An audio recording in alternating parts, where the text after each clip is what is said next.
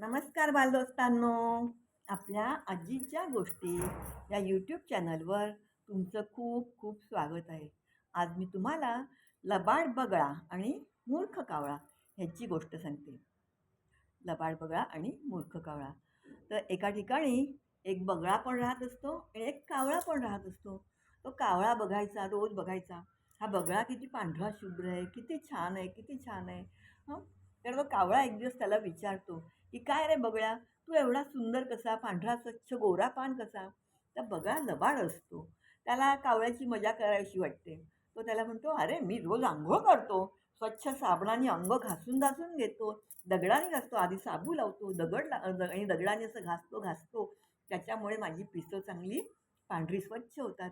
आणि कावळ्याला ते खरं वाटतं. कावळा म्हणतो, मग मी पण अशी अंघोळ केली तर माझं पण अंग असं गोरं होईल का? तर बगळा म्हणतो, हो.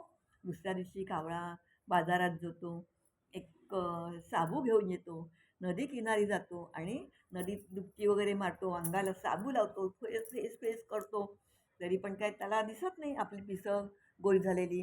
मग नदी किनारचा एक दगड उचलतो आणि त्या दगडाने अंग चांगलं घासतो घासतो घासतो आणि गोरं व्हायचा प्रयत्न करतो. पण तो कावळा काय केला, गोरा होत नाही. त्याचं काय होतं, दगडाने घासल्यामुळे त्याची बिचाऱ्याची पिसं निघतात, अंगाचं मांस निघतं आणि रक्त येऊन तो कावळा तिथे मरून जातो. मग बाळांनो, हे आपल्या सभोवताली अशी काही दुष्ट आणि लबाड माणसं असतात. त्यांना आपल्याशी काही देणं घेणं नसतं. आता जे देवाने दिलं आहे ते दिले, ते बदलता येणार का? मागच्या वेळेला मी तुम्हाला सांगितलं, ठेविले अनंते तैसेची राहावे.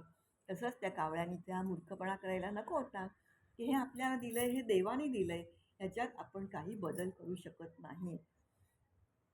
पण ह्याचा फायदा त्या बगळ्याने घेतला आणि न बोलून त्या मूर्ख कावळ्याला मारून टाकलं. त्याचा तो मेला की नाही? तर जगात वावरताना असं सावधगिरीने वागायचं. कोणी काहीही सल्ले देईल म्हणून ते ऐकायचे नाही. आपलं कोण, परकं कोण हे ओळखायला शिकायचं. बाळांनो, आजची गोष्ट खूप छोटी होती, पण त्याच्यातून घेण्यासारखं बरंच काही आहे.